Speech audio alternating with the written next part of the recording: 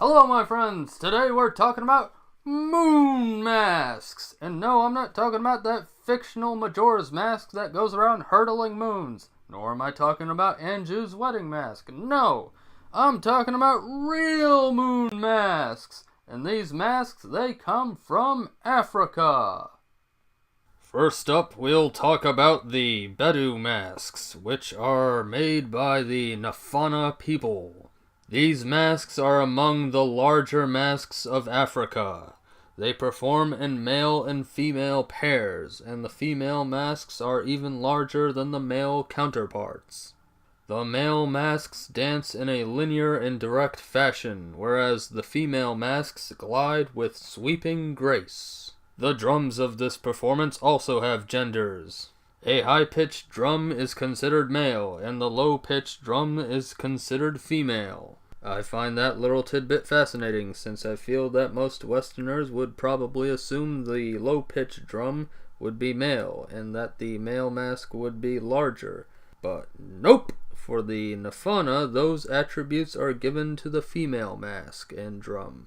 By this point in the video, you may be thinking to yourself, hey now, I thought you said these were moon masks. When you get talking about the moon, bring on the moon! Alright, fair enough. These masks embody the positive energies of the 12 moons of the Nafana lunar calendar. That enough moon for ya? During the month of Betta, the dance moon ceremony takes place. Every night 24 masks appear and are accompanied by the community, and they sing and dance. The ceremony harnesses the power of the 12 moons to purify the community, right wrongs, bring forth balance, and remedy failures, both small and catastrophic. P.S. There were Betta Masks in the Black Panther. Bashow! Next up, we have the Watty Mask. It is said to be used for the dance of the new moon, and also for funerals and marital celebrations. Researchers are unsure whether this mask came from the Tetela or the Songye people, because, as the Smithsonian Museum explains, many African art objects lack data, plus art and ideas travel and change throughout history. So in other words, researching Africa is difficult, and sometimes it's impossible to be absolutely certain about some things in history. This also kind of ties into the concept of multiplicity of meanings, which I discussed in our last spirit art video. Moving on, we have this super cool and super rare double mask called Ima, which comes from the Eket people. These masks were worn at funerals and agricultural festivals. Anthropologists believe that the shape of these masks symbolize the moon. So by now some of you may be thinking, wow, the moon is a really important part of African society.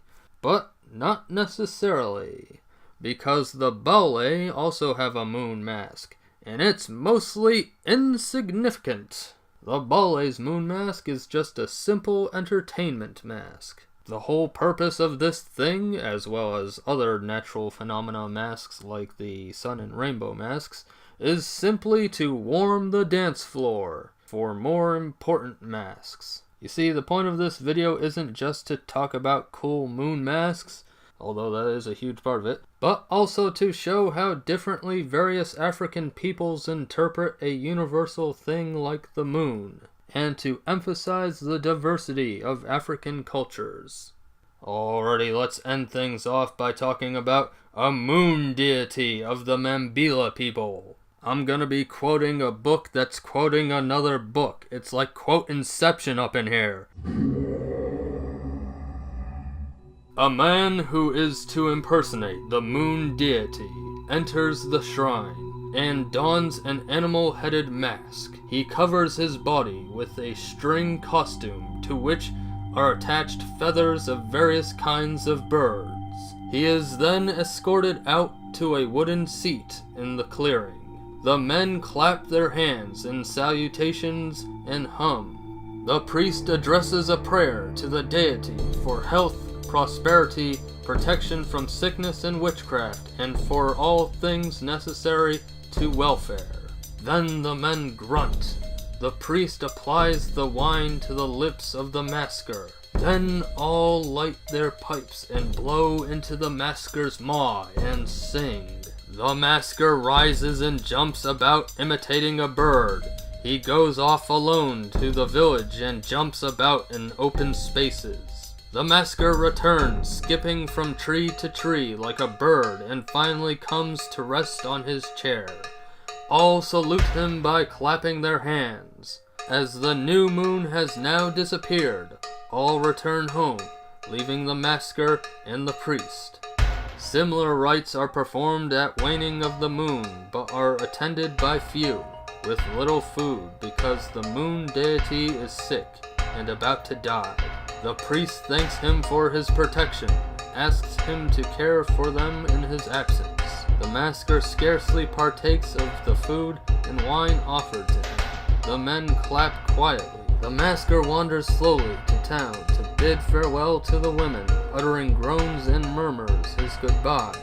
He returns to the grove and falls down into his chair.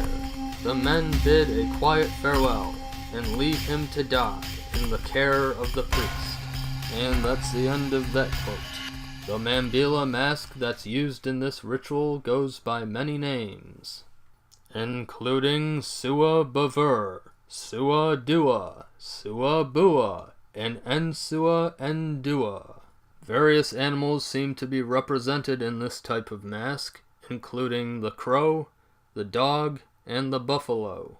And from what I have read, there are masks that are very similar to these type of masks that are used in other parts of Cameroon as well. And in those cases, they take on different functions from the ones that are used by the Mambila. There are, of course, more moon-related masks in Africa, but we don't have time to cover them all in this video. I hope you enjoyed what you saw today, and if you did, please leave a comment and click that like button. And of course, subscribe for more. Thank you for watching.